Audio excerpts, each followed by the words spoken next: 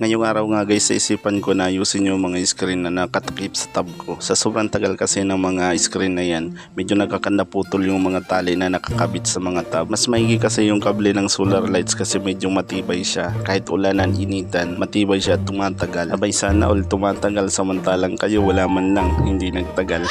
Abay para nakikialam na tayo sa mga relasyon na hindi man lang tumagal. Bahala sila, kagustuhan nila yan. Mahirap din kasi yung hindi tayo makontento sa isa. Darating yung araw, may iwan tayong mag-isa. Tama, di ba? Hay nako, baka may magtaas kilay na naman dyan. Lalo na yung may mga reserva dyan. Abay awat muna, ibigay mo na sa iba. Kawawa naman kasi sila. Hay nako, hayaan na nga natin sila. Magbukas na lang ako sa ginagawa ko. Kasi ito yung pinakahirap na ginagawa eh. Kapag napasimula tayo maghugot, tuloy-tuloy na hanggang matapos ang bidyong to. At sa mga oras nga ito, medyo malapit na ako matapos. Tinatakpan ko na lang sila at lalagyan ng mga tali. Pag hindi mo kasi tinalian yan, isang talon lang ng palakad, diretso na sa tabi yan. At ng mga oras din yan, katatapos ko lang nahulihin yung mga order sa akin ng mga isda. Hindi ko na ipinakita sa video kasi mapupuno na yung cellphone ko.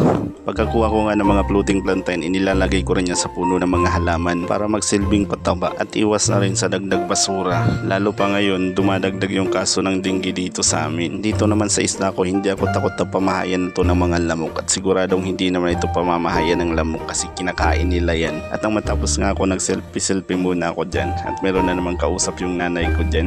Hindi ko nga alam kung nagchichismisan. Mamaya niyan mapapatawag yan sa barangay. Pero sigurado naman ako nagkikwentuhan lang yan at hindi nakikalam sa buhay ng may buhay. Mahirap kasi yung makialam tayo sa buhay ng buhay. Tayo ay mapapabarangay.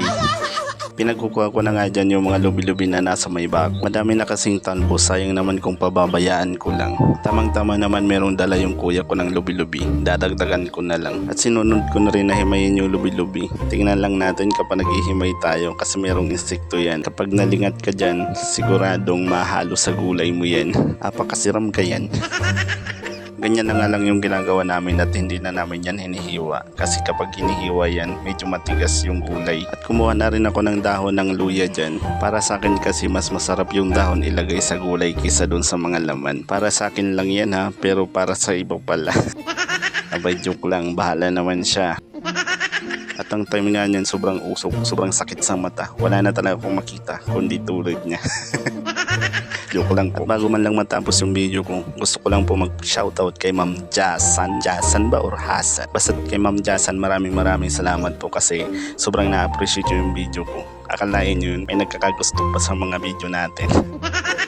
At syempre maraming salamat din po sa mga nag-share, nagla-like, nagko-comment sa mga videos na ina-upload natin. Maraming salamat po sa inyo lahat. At syempre po kung gusto nyo rin po magpa-shoutout, comment lang po kayo sa videos ko at isa-shoutout ko kayo. Piling sikat.